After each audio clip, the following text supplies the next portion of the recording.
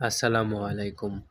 আজকে আমি আমার বন্ধুর সঙ্গে মাছ শিকার করতে গিয়েছিলাম।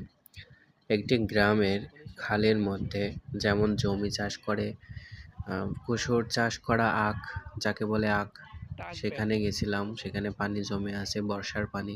তার মধ্যে অনেক কই মাছ এবং বিভিন্ন ধরনের নদীর মাছ পাওয়া যায়।